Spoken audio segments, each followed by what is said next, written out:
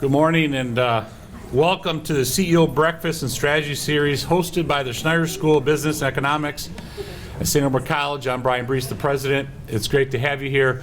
I was in a conversation, we were just really enjoying each other's company, and the staff came up and said, we need to get started. I'm like, so it's good to have this warm group of people on this cold day together for this wonderful event. This marks the 22nd year of the CEO Breakfast and Strategy Series, and by my count, we'll have hosted 170 of the region's business leaders by the end of this year's programming. That's a pretty impressive, remarkable amount of brain power assembled in a single forum, and I'm quite proud that we've been able to maintain this important asset and dialogue for over 2 decades. This is the second year that the series has been hosted under the auspices of the Schneider School of Business and Economics. And the mission of the school is, in part, to serve as the hub for business intelligence in Northeast Wisconsin. And this breakfast series fits beautifully into that. Adding to the world-class programs we offer our undergraduate and graduate students are the services provided by our Center for Exceptional Leadership, the Center for Business and Economic Analysis, and the Strategic Research Institute. I'm pleased that all of you are here today to help keep this important conversation going, and to help us remember all the complexities of what it takes to drive the economic engine and the success of this region. The CEO Breakfast Series provides executives with the opportunity to hear from some of our best area CEOs. And this resource is brought to you by the generosity of our steady sponsors.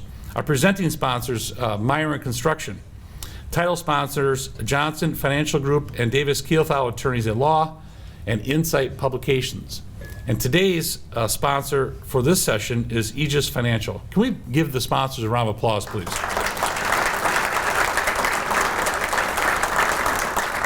It wouldn't be possible to have this series without their support, and we appreciate it greatly. Before we begin, I'd like to invite Brian Rasmussen from Insight Publications, who will say a few words about the upcoming Women in Influence series. Brian. Thank you, sir. Yeah, appreciate it. Thank you. I think this morning is a great backdrop for this announcement because, I'm going to stand up just a little taller, because we have a great presentation by Mary. Actually, the December issue of Insight, if you haven't seen it yet, with Bridget O'Connor, a St. Norbert grad, and she's doing some great work up there. And in fact, it talked about how so many women business owners, 75% of the newer businesses starting are women-owned businesses. And with that, I wanted to remind everyone here that our Women of Influence awards are now, we're looking for those nominations so that in March we can celebrate those winners from throughout the region. And I have to actually see if I can get my phone up here, because one of the Women of Influence in our world, Mary Beth Matzik, our editor, wanted to remind me that we have nominees from already across the New North region who have entered for the awards. They come from diverse industry sections, from nonprofits and educational institutions to manufacturers, small businesses, and healthcare providers. We will have a panel of independent judges who will look at our 5 categories, which are corporate leader, business owner, difference maker, mentor, and young influencer. And like with our innovation awards, we'll probably have some that are so good we're going to have to come up with a different award category just to be able to celebrate them. This will happen in March, where we'll have a special magazine just for the award winners, and we will celebrate them with a luncheon on March 31st. So you still have time to nominate someone. Either see myself or our Insight website, or we have some postcards with the actual location for the website where you can go and nominate someone, but do that before Thursday. So thank you, Brian. So let us begin with a prayer. Bow your heads. God, all things are of your making. Richer are our hearts with the spirit of your wisdom and understanding, the spirit of knowledge, strength, and counsel. Help us to be open to new challenges and the possibilities of using our gifts and talents in the service of others. Bless the food we are about to share as we are nourished by it. May it give us strength of mind and body, so that by word and example we may do your work more effectively and more efficiently. And may we be mindful of those who are in need. We ask this and all things through Christ our Lord. Amen. Enjoy breakfast. You must have heard about all this St. Norbert College. It's all good. Nice to meet you. Yeah, well, I left and came back.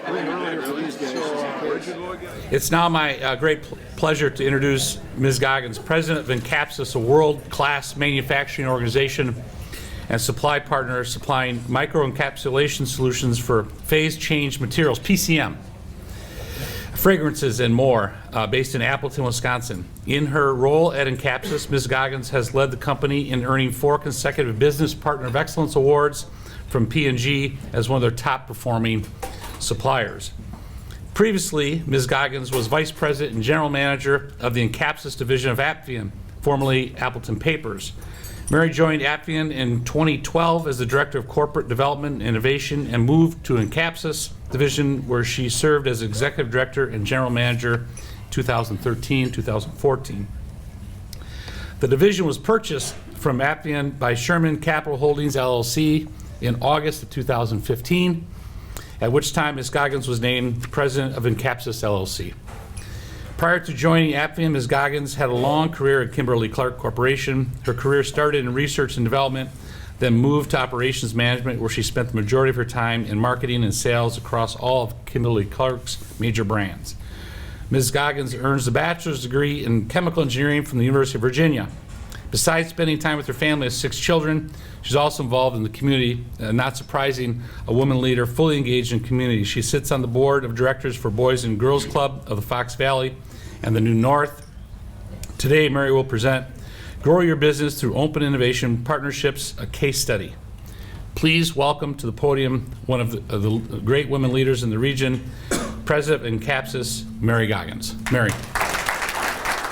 You know, I'm really honored to be here, and I picked a topic that you hadn't seen a lot in the past. I went through the past 3 years and saw a lot about leadership and about people, and it's not to say I'm not passionate about all those too. My journey just getting here is quite a story on leadership. It was quite a culture shock to be running a division and then reporting to a board and running a small company, and that's a story in itself. But I am very passionate about innovation. In fact, it's my stick. I mean, I love new business development. I love going after the chase. My company, Encapsys, is charged with double-digit growth year on year organically, and that's crazy. And I learned a lot of good tools from my time at Kimberly-Clark. But my partner in this case study is actually Procter & Gamble. And we make encapsulated fragrance that goes into all the Downy and laundry detergent or beads or pods that you buy. Pretty much our fragrance capsules are in there. And if you use them, they're probably sitting in your clothes right now. So, and if you smell something nice, that's me. And I want you to keep smelling it. So I wish I had more about our technology, but I'll start off going through this open innovation. So many of you might have heard the term many years ago. And what I want to do here is expose you to, all of you, to this other way of thinking about going after innovation, and it's through a partnership. And it's been quite a success story for Encapsys and Procter & Gamble. It's been going on for 15 years. And then I want to leave you with some thought starters, hopefully, as you're going through this, and how you might jumpstart innovation in your company or with your customers as well, too. For any of you who are here, or in the academia world, how you might bring some new thoughts into how to driving innovation. So I want to start right now. The current situation is, and this is from Boston Consulting Group, they're talking about organizations are really embracing external partners and services and business models they couldn't or don't want to do on their own. And don't want to do is something I'm hearing more and more, because I work with a lot more than Procter. I work with companies like Dow and DuPont and BASF. And more, they're laying off their R&D people, and they're expecting their suppliers to bring that expertise to the table. And so the suppliers have to come with more depth of knowledge and information. Or one of the big customers is moving to an asset-light strategy. They don't want to build their own, what they would call a niche process, and they want their suppliers to be their manufacturers for them. And they're actually willing to donate give the capital with terms and other things for you to run it on their behalf and that for a long term. And I'm actually in a partnership like that as well too. So more and more you have to reach deeper into the product development process and bring those expertise to the table. And so I think just starting off with some types of innovation, and I think most of you know, product, process, and business model. And really I'm going to be talking today about product innovation and how, because that's what the journey I've been on with Procter & Gamble. And there's different types of product innovation. This is just a primer on this, but one's called incremental, and a good example is Oreos. So it's SKU proliferation, so you get a flavor of every kind. And that works for a period of time. So any of you marketers are out here know you can fill the shelf with different flavors, but it doesn't last long. And then there's breakaway, which is getting you into another market or bringing another benefit to the table. And so Milk-Bone's a good example there. They actually started launching these brushing chews. So what was once just a treat now became a dental health. Disruptive, and that's an example where we are here. So with Tide, and pods are actually a good example of disruptive, but a lot of the other products, the beads and things, they've created new uses in the category. So any of us who does laundry here, you're putting more things in the washer than you were 10 years ago for sure, for different benefits. But they've even now started a subscription service, so they're trying to lock you in. And the Diaper Club and Amazon are an example of disruption as well too. And then the last one is radical, and Campbell's really needs radical innovation right now. They're fighting for their life there. And they're actually trying to reposition themselves with personalized food. So that the personalization is a very big trend right now going on with this generation. And they've started a new brand called Habit. So I'm going to be, what we've did was together with Procter & Gamble's Disruptive, and we took what was, the term's called neat perfume or perfume oil, and we encapsulated it and replaced the neat and reduced it drastically. So by keeping the neat perfume in a capsule and getting it to your clothes, they were able to reduce the amount they put in there. So it became a win-win all the way around. They're using less perfume, we're making money on encapsulating it for them, and the consumer is actually getting a better benefit at the end of the day too. Oh, Swiffer's one. Swiffer's a radical one. Whole new category, whole new reason for being. So just going into a little bit about our customers are changing the way they innovated. And big companies, they've created blind spots for niche. So they're so about, and I live this at Kimberly-Clark and I see this at Procter, they're so about efficiencies and the best way of doing things. They go with one SKU instead of 12 SKUs, yet they're missing the niche opportunities. So they're slow to innovate, long cycle times. I mean, my work with Procter & Gamble is constantly about reducing the cycle time. They invest 6 times more in marketing and advertising than R&D, and 2/3 of their launches are considered incremental versus truly innovative new product launches. I talked a little bit about this before. Big companies are slashing. They're getting rid of whole business units. They're getting rid of working capital. They're acquiring innovative startups. They're approaching innovation differently. And that's another reason why this type of model is really going to be part of the future. And big companies are looking to suppliers, like I was talking about, to bring more value through open innovation relationships, manufacturing relationships, and startup accelerators. And I'll just end with the startup accelerators because that's a new model I think a lot of us are hearing about that I don't have as much experience with. So this goes all the way back to 2001 or earlier. Henry Cheeseborough is actually the grandfather of the term of open innovation.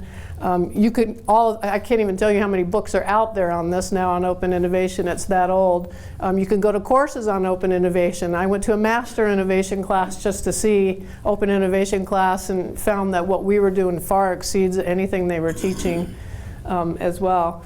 But the idea is it's a long-term strategic relationship that's a shared risk and reward model. And I will tell you right now, the very first thing that starts with is company culture. The not invented here has to disappear. And that's hard. And that's hard in a big company like Procter & Gamble. And I give them a lot of credit 15 years ago, realizing that they needed to change that culture and embrace their suppliers. So bottom line, really what it means is you're opening your innovation process to external inputs. And you can see there's a lot of different ways to do it, through retailers, through plant employees, advertising and research, et cetera. And obviously we were one of their suppliers and manufacturers. But to give a quick story so one thing I'm not doing here in this presentation, that you're not going to see Procter & Gamble up in here, because my friends in Cincinnati are super sensitive to things like that. So it was redacted quite a bit. But I will tell you that they went on a search for their encapsulation partner 16, 17 years ago, and they had it down to 3. Encapsys was a division of Appian at the time. BASF was the other one, and a giant fragrance house was another one. We all had the patents and we all had the technology, and at the end of the day, they picked Encapsys for a lot of reasons, but one is they saw agility. They saw risk-taking that the big companies couldn't deliver to them, and we had the right culture. We were going to be a true partner there. So again, that culture and the ability to be agile and take risks is important, so you can't get caught up in your big processes. So I'll go into a little bit about our case study, my Fortune 100 company that I'll talk about here, when they found us 15 years ago. So it started with my customer had a need, and they had identified encapsulation as a way to improve the customer experience by offering a long-lasting scent benefit. And the idea is it's encapsulated, it sits on the shelf for 6 months, it makes it through your washer, it goes through your dryer and ends up in your clothes. And when you're folding, when you're taking them out of your drawer, or even when you're wearing them, and if any of you use Unstoppables, I knew you smell it in your socks when you put them on, right? Or in your towels, it feels wonderful. You get a scent. And so they had that need, so they had identified it in research before they went looking for a partner. They found Encapsys primarily through our patent estate.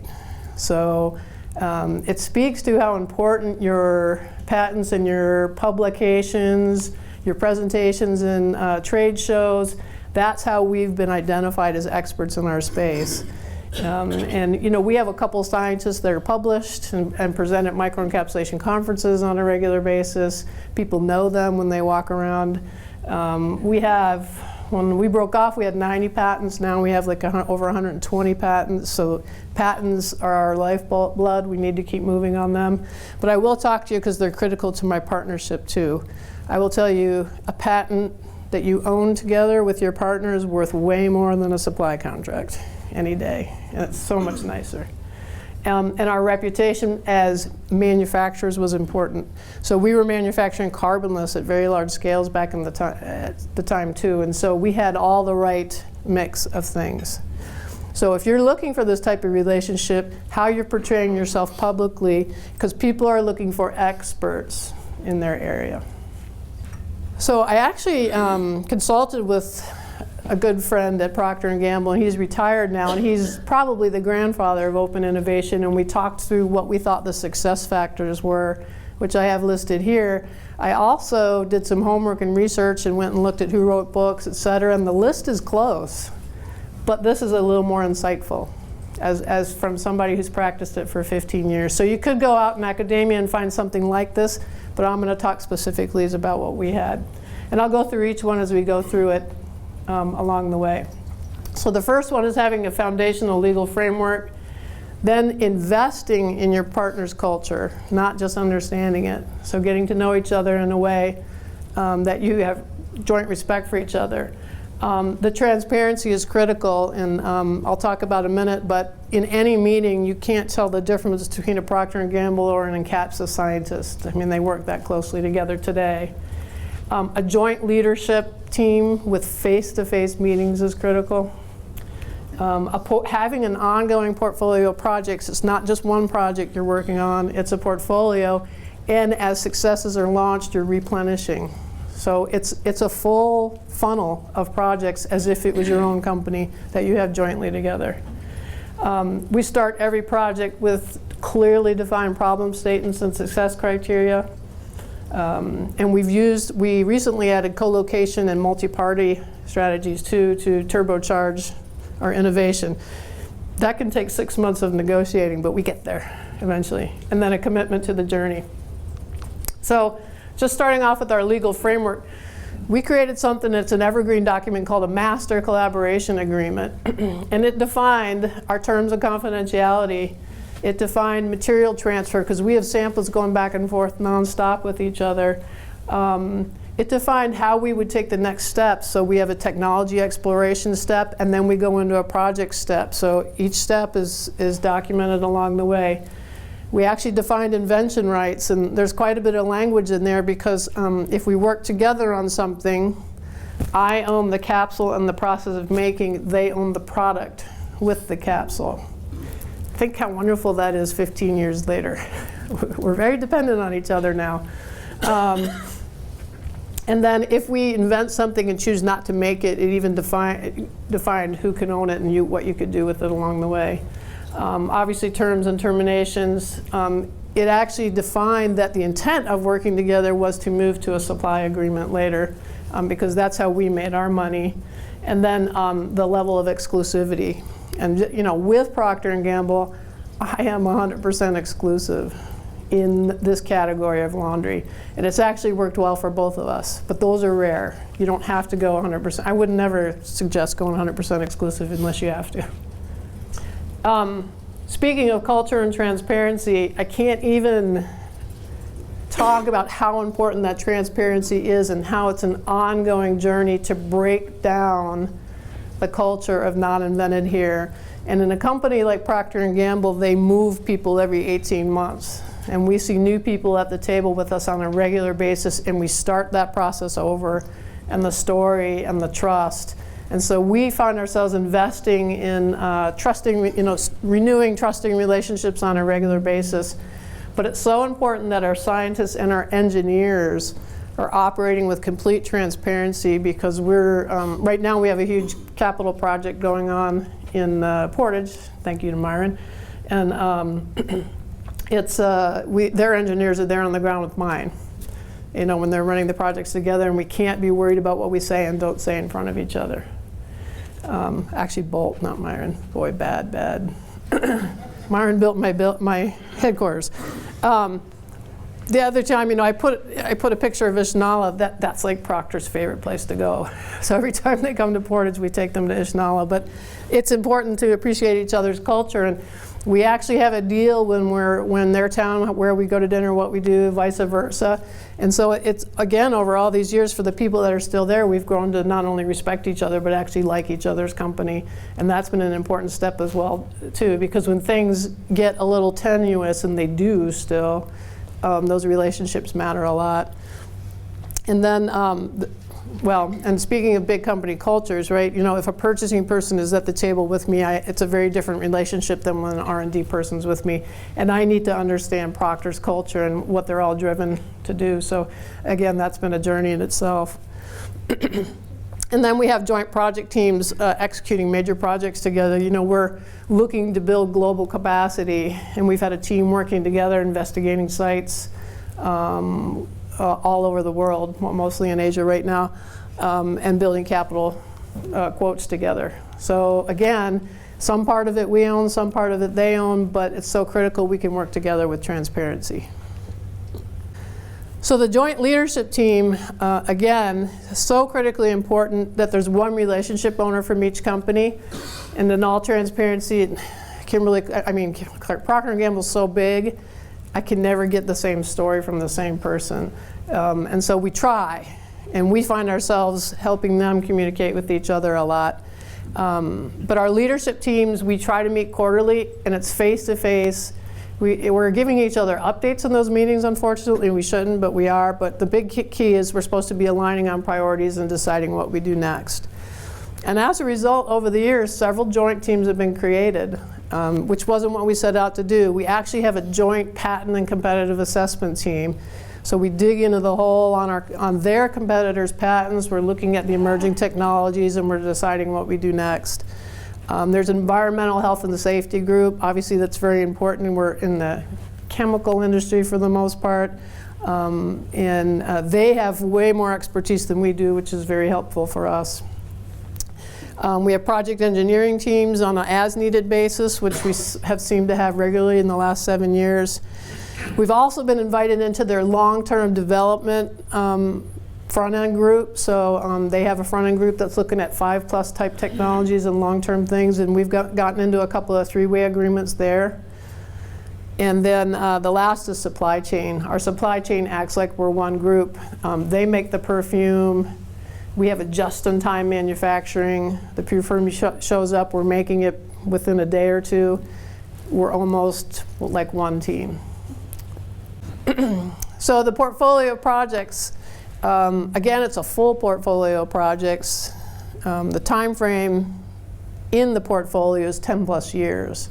So the work I'm doing today is going to impact revenue for us in 3+ years.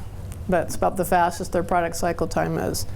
And so we're looking at things, and I would say 2/3 of what we've worked on did not go forward, which is a normal innovation funnel success. My scientists are exclusively committed to this partner. I have a whole group of P&G scientists, and they do nothing but Procter & Gamble work. They take work direction from Procter & Gamble researchers. We screen it, but we work pretty much on their behalf.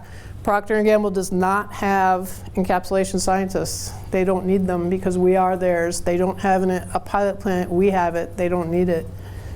So that's part of the benefit to them as well, too. They didn't have to bring that expertise in-house. They trusted their partner to have it. We have numerous technology agreements. So when the master collaboration agreement was in place, I wanted to show you the map, but that got redacted. There was 70-something different agreements over the years. 23 or so have have moved forward into 11 launches. So over 15 years, we've had 11 launches and 9 major capital projects, and those are like $5 million and over type things. So an incredible amount of work in 15 years, and we've learned a lot from them. We've adopted their stage gate process to really make it work together. So a critical piece in every project, and I didn't have a good appreciation for this until we didn't do this one time, was stating, making sure the problem statement is well articulated and success criteria are set before you start working, before you put resources against it and start spending money on innovation. And that can take us a couple months sometimes, because we even put pricing ranges down in the beginning before we start the work to make sure it's worth it for both of us. So part of what we had to do is we had to adopt their proprietary stage gate process, understanding what are their gates and what's going to drive decisions. Like I said, it's a critical first step on all projects, and it is a formal document that we both sign, and it's the technology development agreement is what that is. If that moves forward to proof of concept, it becomes a project sub-agreement, and we move to that next step as well too. And that can be years, months, depending what's going on. So talk about turbocharging innovation. This was a big step for us, because when you bring a third party in, you don't want to feel threatened, you want to protect your space. Third party wants to get a piece of Procter too. And usually Procter's negotiating and the two of us aren't friends, And it's been an interesting journey. Procter wants to see it happen, and we've made it work in 2 instances. And it's work, you're spending money to help someone else grow, but you have to define up front what you're going to own, what they're going to own. And we have done that in several instances. We haven't been invited with universities yet, though. But I know they're collaborating with the universities. And the other thing we just started doing, it was a couple years ago, was co-location. And we actually have a scientist go spend time where they make perfume in Europe. And that literally they're innovating perfumes and handing them to the scientist who's encapsulating it. Because remember, they don't have encapsulation scientists. And they need to know the perfume will work there. And in the old days, we were shipping it across the water back and forth, and it was really taking a lot of time. And that's my investment and my time. We agreed to pay for that, and they gave us the lab to set up in. And so we've been doing this for 3-4 years, and we have a lab inside their R&D. So again, that culture and understanding, and my scientist is going to have lunch and dinner with them, so all that's adding a lot of value over time. But it cost me money, but at the end of the day, it's been more than worth it. No questions? Do you rotate that team through? I do. I try to get more than one scientist to go. They go on 3-week assignments, then come back, then go back. They're asking for somebody full-time now, of course. They always want more. But that'll be a next step for us. In fact, Procter & Gamble has just built a suppliers building on their campus, and they're trying to make this a much bigger thing than just the few partnerships they have. And so they're actually starting to lease space to partners because it's been such a success, co-locations. So we talked about we're the 5-time supplier, and Procter & Gamble has, how many is it? 30-something thousand suppliers is what they talked about. They have 10 innovation suppliers, and we're one of them. They used to have 30, but they've been winding that down. So, and then when you win this award, you're one of less than 100 who win the awards in your area. So it's a big deal. And again, they manage us in a different way than they do their other suppliers, except when supply agreements are being negotiated. You're just like, I thought I was your partner. So I just thought I'd throw this in because maybe it's going to happen this year, and I want this to be on the video. This is what a 5-time. I've truly grown to be passionate about there's win-win results in every project. Some of these projects we've started reduced my volume. I invented chemistry that reduced the amount of volume they were going to buy. It was going to hit my bottom line. And we agreed to pricing that didn't hurt my bottom line. So they didn't get the best price, but I didn't get hurt the worst either. Now, they don't know that, right? Because we have a little bit of a black box, but for the most part, well, they know. I mean, they're not dumb, they know. But I do believe you can find it, and so that success criteria up front has been critical. We put a range of pricing down and we stick in it, and I know I can get a return on it, and they know they're getting a return on it as well. And so we have all this work we've been doing. We have long-term supply agreements. They're 5-year agreements, and they renew every 5 years. Generally, we haven't had problems renewing them. We're inventing new chemistries that cause the next round of agreements to happen. So a key thing has been continuous innovation keeps us in the game and keeps us in a good place financially. But at the end of the day, we win if our customer wins. So if Procter's winning, if they're growing their share, if they have the best product in the market, their term is sustainable competitive advantage, they win, I win. And so I've adopted that fully in my culture. I mean, I have to care about their performance, their competitive assessment more than anything. And they need to hear me saying that. They need to not hear me whining about myself and what I need. I need to be talking about them. So that win-win scenario in every project, I've actually adopted it into our culture. When we broke off, we wrote one of our core values is, 5 values is we seek the win-win in every situation. And no, are there any car salesmen here? No. We're not going to be used car salesmen. We don't need to screw the other guy over. And I've actually walked away from some business on my phase change side because the people were just lying to us, right? And we just don't need to operate like that. And I've learned, in my wisdom over the years that business has very, very long memories. And if you have poor integrity as a company or as a person, it travels with you. It's very hard to get rid of that. So we're not going to be those people, and we're going to seek the relationships that we can have a win-win. So what we bring to the table is valued and vice versa. The other team, our support teams work seamlessly together. We could not do what we're doing or have the success we're having without it. Our capital projects are on time, on budget, all 9 of them, every time, with 40-something changes going on in it, because we track all that. We have a very detailed change management process. So because we're working together and we're making decisions together. The process has survived. Like I said, it's been 15 years with many, many people turnover. We get the new young up-and-comers at Procter & Gamble. They walk in and they're like, oh, I'm going to get price on these guys, and it starts there, right? And then we have to educate them. You know, our relationship isn't about price, it's about innovation. So we do drive value, but it's through innovation. So with that, I'm a huge passionate of open innovation. I do believe it's going to keep growing.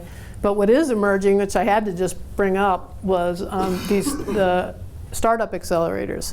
And I happen to know Procter & Gamble has funded 13 different startup ventures themselves, and they have topics that they're looking for.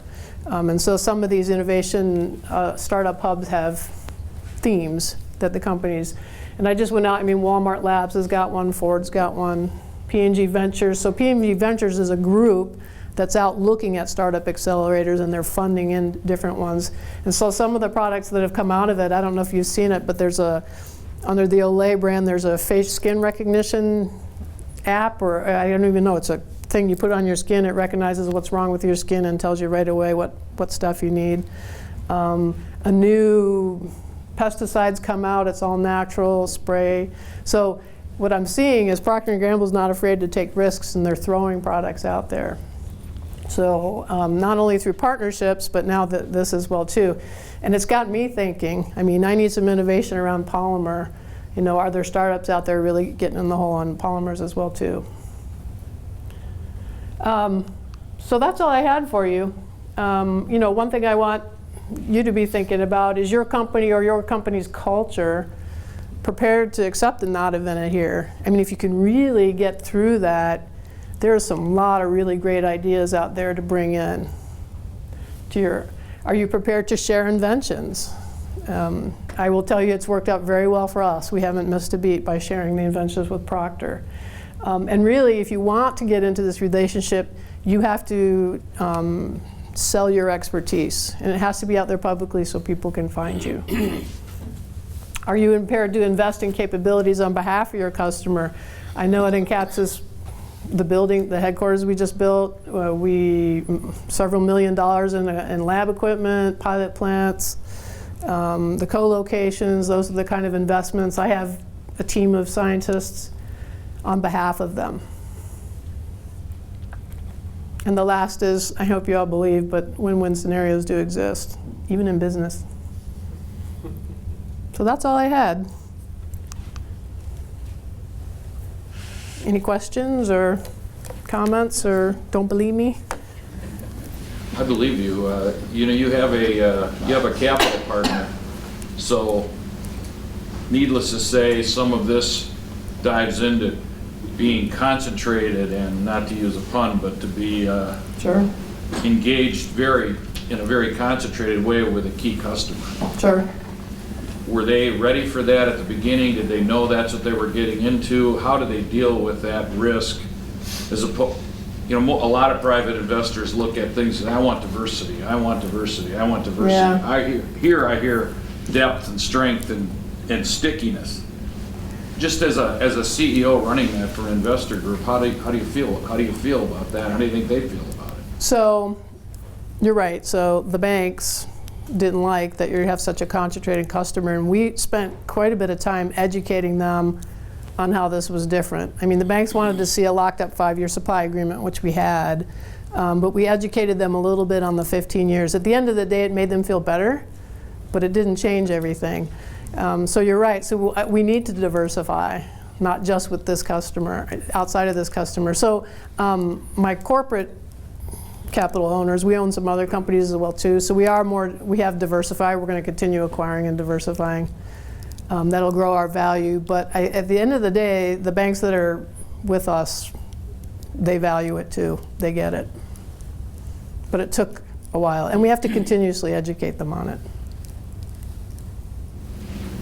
So Mary, I assume with your close relationship with P&G, like companies that are their competitors, that can put their cards, so on and so forth, they probably shy away from it, is that correct? We're in the fragrance market, we're pretty well known that we are with P&G, but you'd be surprised, they still knock on the door occasionally to see if there's something they can do with us.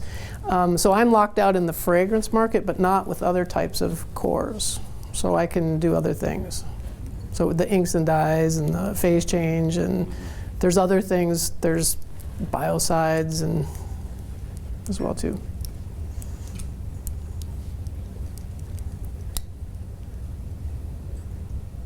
Okay. Good job. Thanks.